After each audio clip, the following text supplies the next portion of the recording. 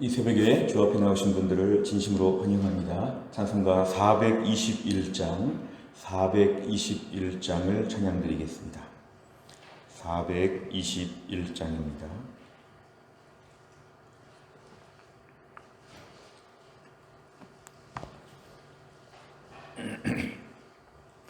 421장 찬양드리겠습니다. 내가 예수 믿고서의 사함받아 나의 모든 것 다 변했네. 지금 내가 가는 길 천국 길이요 주의 피로 내 죄가 씻겼네. 나의 모든 것 변하고 그 피로 구속받았네.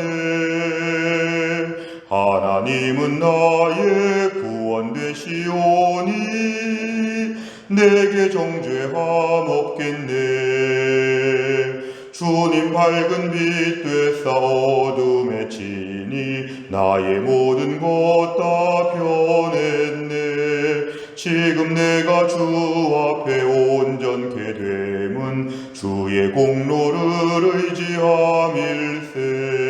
나의 모든 것 변하고 그 피로 구속받았네. 하나님은 나의 구원 되시오니 내게 정죄함 없겠네. 내게 성령이 임하고 그 크신 사랑 나의 맘에 가득 채우며 모든 공포 내게서 물리치시니 내 맘 항상 주 안에 있겠네. 나의 모든 것 변하고 그 피로 구속받았네.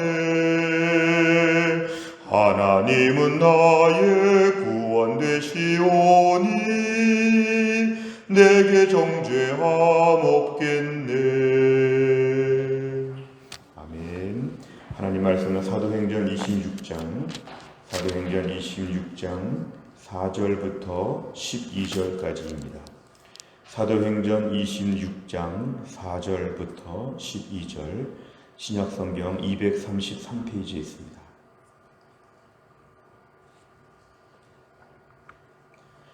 사도행전 26장 4절부터 12절까지의 말씀을 저와 한 절씩 교독하시겠습니다. 내가 처음부터 내 민족과 더불어 예루살렘에서 젊었을 때 생활한 상황을 유대인이 다 아는 바라. 일찍부터 나를 알았으니 그들이 증언하려 하면 내가 우리 종교의 가장 엄한 팔을 따라 바리새인의 생활을 하였다고 할 것이라. 이제도 여기 서서 신문 받는 것은 하나님이 우리 조상에게 약속하신 것을 바라는 까닭이니 이 약속은 우리 12지파가 밤낮으로 간절히 하나님을 받들어 섬김으로 얻기를 바라는 바인데, 아그리빠 왕이여, 이 소망으로 말미암아 내가 유대인들에게 고소를 당하는 것이니이다.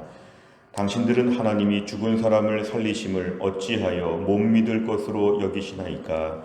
나도 나사렛 예수의 이름을 대적하여 많은 일을 행하여야 될 줄 스스로 생각하고 예루살렘에서 이런 일을 행하여 대제사장들에게서 고난을 받아 가지고 많은 성도를 옥에 가두며 또 죽일 때에 내가 찬성 투표를 하였고 또 모든 회당에서 여러 번 형벌하여 강제로 모독하는 말을 하게 하고 그들에 대하여 심히 격분하여 외국 성에까지 가서 박해하였고, 같이 읽습니다.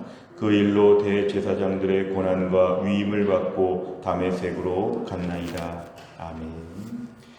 오늘 본문의 말씀은 이제 사도 바울이 특별히 베스도 총독 앞에서 또 아그리빠 왕 앞에서 본인의 재판에서의 지금 최후 변론처럼 자신의 이야기를 하고 있는 내용입니다. 얼핏 보면 흔히 재판정에서 이런 상황은 자신의 억울함을 밝히고 석방이 되고 싶고 자유의 몸이 되고 싶다고 하는 그런 취지였지만, 사도 바울은 철저하게 풀려나는 것이 목적이 아니라 전도하는 것이 목적이었습니다. 오늘 4절 이하를 보면 사도 바울이 어떻게 예수님 만났는지, 어떻게 하나님을 믿게 되었는지에 대한 본인의 간증입니다.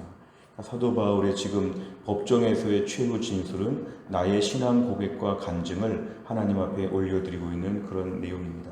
오히려 합법적으로 사회에서 최고 상류층, 총독과 왕과 많은 귀족들 앞에서 담대하게 하나님 말씀을 전하게 하시는 것이 하나님의 또한 특별한 섭리로도 볼 수 있습니다. 오늘 4절에 보니까 사도 바울은 자신은 처음부터 자기 민족과 더불어 예루살렘에서 젊었을 때 생활했다. 그러니까 태생은 길리기아 다섯 지역이라고 이렇게 되어 있지만 사실은 사도 바울은 지금 예루살렘에서 공부했다는 걸 알 수 있습니다. 예루살렘에서 공부하고 가장 정통으로 유대교를 배웠고 오늘 보니까 가장 엄한 파, 5절에 보니까 가장 엄한 파를 따라 바리새인의 생활을 하였다. 이 바리새인은 이스라엘 백성들이 민족적인 정체성을 잃고 남의 나라의 식민지가 되었고 할 때에 민족적인 정체성을 분명히 하고 한번 철저하게 믿어보자 이런 취지에 생긴 것이고 이름 자체가 구별되었다고 하는 뜻의 바리새인 이런 뜻입니다. 그러니까 오늘 사도 바울은 얼마나 유대교에 정통하였는지 사실 당시에 그 누구보다도 유대교로 따져도 사도 바울은 부족한 사람이 아니었습니다. 오늘 6절에 보니까 여기 서서 신문을 받는 것은 내가 오늘 여기 왜 고발을 당했냐 하면 하나님이 우리 조상에게 약속하신 것을 바란다 그랬습니다. 사실은 아브라함 때부터 하나님 미리 약속하신 것이고 구약 성경을 통하여 메시아가 올 것이다. 구세주가 올 것이다. 여기에 대한 분명한 말씀을 해 오셨는데 사실은 그것을 모두가 바래왔습니다. 7절에 보니까 우리 12지파가 밤낮으로 간절히 바란다. 메시아가 오기를 바라고 뭔가 구원자가 오기를 바랬던 그 모든 것에 대하여 본인이 지금 믿고 있는 바가 있는데 그것을 사람들이 지금 자기를 고소했다고 그렇게 얘기합니다. 구약 때부터 온 메시아, 구세주 뭐 이런 희망사항이 있고 여기에 대해서 함께 믿고 있는데 이것과 관련돼서 지금 내가 고소를 당하게 되었다 이렇게 얘기합니다. 그러면서 8절에 단독으로 예수님에 대하여 얘기합니다. 죽은 사람이 살아났다. 예수 그리스도가 우리 구세주이신데 죽으신 예수님이 살아나셨다고 하는 복음의 핵심입니다. 예수님의 죽으심과 부활하심을 갑자기 이야기를 합니다. 그러면서 이것을 왜 못 믿습니까? 여러분들이 이것을 믿지 않기 때문에 나를 지금 고발한 것입니다. 이 예수님이 바로 우리를 살리신 구세주 예수 그리스도이십니다. 지금 이런 이야기를 하려고 오늘 8절에 분명하게 예수님의 죽으심과 부활에 대하여 아주 간략하게 일단은 언급합니다. 9절에 보니까 이름을 밝힙니다. 나사렛 예수라고 합니다. 나사렛 예수. 당시 예수님이라는 그 이름은 구원자라는 이름도 일반 명사처럼 일반 이름들에게 많이 쓰여져 있기 때문에 나사렛 예수, 나사렛 예수 아주 분명하게 예수 그리스도를 콕 집어가지고 얘기하는 것인데요. 나사렛 예수의 이름을 나도 그전엔 대적했다. 오늘 9절 이하를 보면은 사도 바울의 옛날 모습입니다. 예수 만나기 전의 모습은 나는 대적자 중에 한 사람이었다. 중립적인 사람이 아니었고 예수님을 대적했다. 그리고 그 일을 위해서 많은 일을 행했다. 누구보다 열심히 예수님을 핍박하고 그 믿는 자들을 핍박했다는 것입니다. 10절에 보니까 얼마나 열심히 했는지 대제사장에게 고난을 받았다. 마치 행동대장처럼 대제사장에게 모든 고난을 위임받아가지고 사람들을 감옥에도 가둘 수 있고 심지어 죽일 때에 찬성 투표도 할 수 있었고 일정한 고난을 행사했다는 것입니다. 예루살렘에서 그런 일을 행할 뿐만 아니라 11절에 보니까 모든 회당 돌아다니면서 박해했다는 것인데요. 강제로 모독했다는 것은 예수님을 저주하도록 이런 일도 시켜봤다는 것입니다. 그리고 얼마나 화가 났는지 외국까지 가서 박해했다. 그러니까 먼 나라에 돌아다니면서 사실 나중에 선교 여행을 했지만 전도를 했지만 그는 그 전에 여러 해외를 돌아다니면서 예수님들을 핍박했던 사람이었습니다. 완전히 180도가 바뀐 것이죠. 12절에 보니까 이제 다메섹에도 그런 일들로 내가 가려고 했다. 오늘 여기까지 본문이 나오고 있습니다. 다메섹에까지 간 이유는 뭐냐면은 또 핍박하려고 내가 다메섹까지 갈 일이 있었다. 이렇게 오늘 얘기합니다. 오늘 본문은 전반적으로 사도 바울이 예수 믿기 전에 어떠한 삶을 살았는지에 대하여 간증의 앞부분을 우리에게 소개하고 있습니다. 오늘 내용 관찰해 보시면 첫째, 바울은 자신이 왜 유대인에게 고소를 당하며 신문 받는다고 말합니까? 6절과 7절에 보면은 우리 조상에게 약속하신 것, 아브라함 이후 구약에서부터 이미 얘기하신 메시아 구세주에 대하여 본인이 믿고 여기에 대한 소망을 품는 것 때문에 이것과 관련돼서 고소를 당했다고 6절과 7절에서 분명하게 이야기하고 있습니다. 두 번째로 보면 바울은 과거 자신의 모습에 대해서 어떻게 설명합니까? 9절부터 12절은 예수 믿기 전에 바울은 복음에 대하여 핍박자였다고 얘기합니다. 예수 믿기 전에 얼마나 완악했는지, 얼마나 잔인했는지, 사람들을 막 붙잡아다가 감옥에 집어넣거나 아니면 심지어 예수를 저주하라고 시키거나 분노하여서 씩씩거리면서 막 그냥 전 세계를 돌아다니면서 누가 예수 믿나, 예수 믿는 사람을 아주 이렇게 찾아내가지고 괴롭히려고 하는 것이 그의 인생이었다는 것을 오늘 매우 솔직하게 이야기합니다. 세 번째를 보면 유대인이 바울과 같은 약속을 받았음에도 부활을 믿지 못하는 이유는 바로 무엇입니까? 오늘 사실은 6절과 7절에 보면은 하나님이 우리 조상에게 약속하셨다, 이걸 보면 이스라엘 사람이라면 누구나 다 이 약속을 알고 있고 이거를 바라고 있는데, 결국은 이 약속에 대하여 하나님이 우리에게 보내주시는 것을 기대하지 않고 자신들의 인간적인 메시아를 기다렸다는 것이죠. 메시아가 왔는데 이렇게 약하고 이렇게 십자가에서 죽고 이런 식의 무능한 메시아가 아니라 로마 정부를 뒤집고 현실적으로 뭔가 대단한 일을 하는 그런 메시아를 이들이 기다렸다는 것이죠. 결국 하나님이 우리에게 알려주신 대로 받아들이지 아니하고 인간적인 생각을 섞어서 메시아는 이래야 된다, 구세주는 이래야 된다, 구약의 약속이 이루어지려면 이렇게 이루어져야 된다고 하는 인간적인 선입견들이 결국 많아서 메시아를 인정하지 않고 그 예수님을 십자가에 죽였을 뿐만 아니라 죽으심과 부활을 믿지 못하는 것이죠. 또 한 가지 중요한 것은 뭐냐면은 성령께서 오늘 바울로 하여금 충만하게 역사하셔서 예수를 믿게 하셨다는 것도 매우 중요한 요소입니다. 결국 유대인들과 바울을 비교할 때 바울이 그 중에서 아주 괴수처럼 우두머리라고 볼 수도 있는데, 바울이 믿은 것은 바울이 특별하게 더 대단한 것이 아니라 하나님이 그를 강권적으로 불러주셨다는 것입니다. 우리가 오늘 12절까지 봤지만 내일 13절 이하의 말씀을 봐도 강권적으로 부르신 것입니다. 그러니까 바울이 유대인보다 뛰어난 것이 하나도 없는데 하나님이 그를 하나님의 자녀로 부르시고 주의 일꾼으로 삼아 주셨다는 것입니다. 결국 여기에서 믿는 것이 은혜라는 걸 알 수 있습니다. 왜 믿지 않을까 이렇게 살펴볼 수 있는데, 믿지 않을 이유가 참 많은데 바울도 안 믿었어야 맞는데 나중에 믿게 된 것을 보면 결국은 성령께서 강권적으로 믿게 하셨다. 우리가 오늘 신앙생활을 하면서 주변의 태신자들을 작정하고 기도할 때 참 마음이 완고합니다. 그렇게 착하고 부드럽고 우리랑 대화도 잘하면서 복음에 대한 이야기만 하면 완전히 달라지는 분들이 있습니다. 우리 가족 중에도 그런 분이 있습니다. 그럴 때마다 우리가 왜 안 믿을까? 나는 이렇게 좋은데 왜 안 믿을까? 이렇게 질문할 수 있는데 가만히 묵상해 보면 결국은 믿는 것이 은혜라는 것입니다. 우리가 너무 어설퍼서, 우리는 의심을 못해서, 우리 마음이 너무 순수하고 착해서 그래서 예수를 믿은 것이 아니라 성령께서 우리에게 강권적으로 믿게 하셨기 때문에 믿었다는 것입니다. 그래서 오늘날 우리가 신앙생활을 하면서 늘 고백해야 되는 것은 나에게 믿음 주신 것을 감사합니다. 예수님이 나의 구세주와 주님이 되신다는 것에 대하여 순수하게 받아들일 수 있는 믿음을 주신 것 감사합니다. 이걸 우리가 분명하게 믿음으로 고백해야 됩니다. 사도행전 9장에 보면 사도 바울이 처음에 다메섹에서 아나니아를 만났을 때 성령으로 충만하게 하여서 결국 눈에서 비늘 같은 것이 벗겨졌다고 했습니다. 불신자들은 다 뭔가 눈에 가려지고 덮어져서 복음을 들어도 듣지 못하고 아무리 봐도 못 본 것처럼 이렇게 문이 닫혀 있는데 믿게 된 것이 은혜라는 것입니다. 우리는 교회 나올 때마다 감격스럽게 예배해야 됩니다.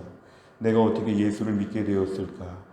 이 코로나 세상에 허무한 인생에 60대, 70대, 80대를 지나가면서 사람들이 얼마나 초라해지고 얼마나 약해지고 얼마나 인생 헛살은 것처럼 답답해할 때에 우리에게 산 소망이 있게 하신 것이 얼마나 감사한가. 지금도 좋지만 앞으로 천국 갈 걸 생각하고 구원받은 걸 생각할 때 얼마나 특별한 인생을 사는가. 그래서 우리가 감격할 수밖에 없습니다. 오늘 이 세 번째 문제를 풀면서 분명히 아는 것은 우리가 오늘 부활을 믿고 예수님 믿는 것이 성령께서 우리에게 믿게끔 하신 은혜라는 것을 고백해야 됩니다. 그래서 오늘도 감사와 감격으로 내가 부르심 받은 것에 대하여 하나님 앞에 더 기뻐하면서 은혜를 붙잡는 것, 이것이 매우 중요합니다. 네 번째를 보면 과거 예수님을 대적했던 바울이 변화돼 증인의 삶을 사는 것을 보며 무엇을 느낍니까? 오늘 결국 바울이 180도가 바뀌었죠. 예수님 믿는 사람들을 핍박했던 이 바울이 예수님을 믿도록 전도하는 사람으로 바뀌었다는 것은 그 인생의 변화의 폭이 너무도 큽니다. 우리가 네 번째 문제를 보면 우리는 과연 사도 바울처럼 180도가 바뀌었나? 과연 우리가 오늘날 인생의 꿈이 바뀌었나? 그전 같으면 어느 정도 재산을 모으고 어느 정도 사회적인 지위에서 모든 편리한 모든 화려한 세상을 살다가 그냥 장수하여서 그냥 편하게 사는 것이 인생의 목적이었다면 예수 믿고 천국을 소망하며 주신 사명 감당하며 매일매일 은혜 가운데 사는 것 너무 놀라운 변화이죠. 우리가 오늘날 이런 변화된 삶에 있어서 어느 정도 누리고 있는가 쓰임받고 있는가를 좀 돌아봐야 합니다. 예수를 믿는 것은 어정쩡하게 변화되지 않는 것이고 확실하게 변화가 되는 것입니다. 우리 가족들이 볼 때나 주변에서 볼 때나 예수 믿고 정말 달라졌다 이런 칭찬을 받아야 되는 것이죠. 예수 믿고 좀 다른 사람 같다는 칭찬을 받아야 되죠. 코로나 세상은 다 힘들게 살지만 예수 믿는 사람의 모습으로 우리가 구별된 삶을 살아야지만 복음의 사람이 된 것이다. 우리가 오늘날 삶 가운데서 변화된 인생, 많이 바뀐 사람의 모습을 얼마나 보여주었나 우리 자신을 좀 고민해 봐야 합니다. 오늘 사도 바울은 보면 이런 데 가서 지금 예수님 믿는 얘기를 하면서 자신이 옛날에 핍박자였다는 것을 증언하는 것을 보면 완전히 달라진 것을 증언하였는데 오늘날 우리의 삶도 남들이 볼 때에 완전히 달라진 삶으로 점점 더 앞으로 나가야 한다는 것입니다. 다섯 번째를 보면 성령 충만하지 못해 믿지 않는 자처럼 행동하는 모습이 있다면 무엇입니까? 하나님의 약속을 신뢰하며 바울처럼 변화된 삶을 살기 위해 구체적으로 무엇을 결단하고 실천하겠습니까? 오늘 결국 성령께서는 바울에게 믿게 하실 뿐만 아니라 또한 그 일을 위해 살도록 만드시고 그를 변화시키셨다면 오늘도 우리의 삶 가운데서 예수님을 구세주와 주님으로 고백하게 하신 성령께서는 우리 삶에 매일매일 증인된 삶을 살 수 있도록 역사하여 주실 것입니다.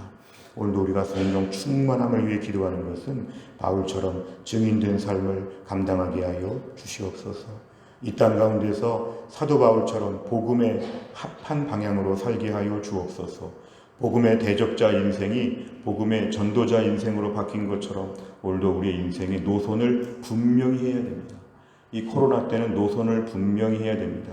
내가 지금 누구 편에 서 있는가, 어느 쪽으로 달려가고 있는가, 내가 사나 죽으나 삶의 목적은 무엇인가, 나는 마지막에 어디로 갈 것인가, 바울처럼 분명한 것을 보여주는 분명함이 필요한 시대가 바로 지금입니다. 우리가 또 한 날을 살면서도 오늘도 복음의 증인되게 하여 주옵소서. 오늘도 어떻게 하면 복음을 전할까? 어떻게 하면 복음을 드러낼까? 어떻게 하면 복음의 능력을 더 알게 될까? 어떻게 하면 복음에 더 집중할까? 복음 집중적인 삶을 살게 되면 우리가 오늘 바울 같은 인생을 오늘도 살게 될 것입니다. 또 한 날을 살면서도 복음의 증인으로서의 확실한 변화를 보여주는 구별된 하나님 백성 다 될 수 있기를 간절히 바랍니다. 기도하겠습니다. 하나님 아버지 감사합니다. 오늘도 하나님께서 우리를 새벽에 깨우시고 하나님께 나와 기도할 수 있는 귀한 믿음을 허락하여 주심을 감사합니다. 오늘 말씀을 붙잡고 기도합니다. 사도 바울이 복음의 대적자였다가 복음의 증인으로 바뀐 것을 보았습니다. 이전에 핍박하던 사람이 이제는 목숨을 내놓고 전도하는 사람으로 바뀌었습니다. 주님, 오늘 우리도 허망한 인생을 살아야 됐고 하나님 쓸쓸한 인생을 살아야 되는 초라하고 무능력한 인생이었지만 하나님이 부르셔서 성령의 능력으로 예수를 믿게 하시고 예수님의 죽으심과 부활을 분명히 알고 구원의 확신을 가질 수 있도록 오늘 인도하여 주셨음을 감사합니다. 오늘도 구원의 감격이 뜨거워지게 하여 주시고 오늘 내 안에 내주하시는 성령께서 오늘도 복음을 드러내기를 원하신다고 할 때에 여기에 쓰임받는 확실하게 달라진 인생 될 수 있도록 저희들을 붙잡아 주옵소서. 또한 나를 주님께 의탁하오며 예수님의 이름으로 기도하옵나이다. 아멘. 매주 수요일을 맞이하여 우리에게 100대 기도 제목은 양육과 훈련을 통한 성도들의 영적인 성숙과 성장을 위해서 기도합니다. 43번부터 56번까지 오늘 아침에 꼭 기도해 주시기를 바랍니다. 주기도문 하겠습니다. 하늘에 계신 우리 아버지여, 이름이 거룩히 여김을 받으시오며 나라 임하옵시며 뜻이 하늘에서 이룬 것 같이 땅에서도 이루어지이다. 오늘날 우리에게 일용할 양식을 주옵시고 우리가 우리에게 죄 지은 자를 사하여 준 것 같이 우리 죄를 사하여 주옵시고 우리를 시험에 들게 하지 마옵시고 다만 악에서 구하옵소서. 대개 나라와 권세와 영광이 아버지께 영원히 있사옵나이다. 아멘.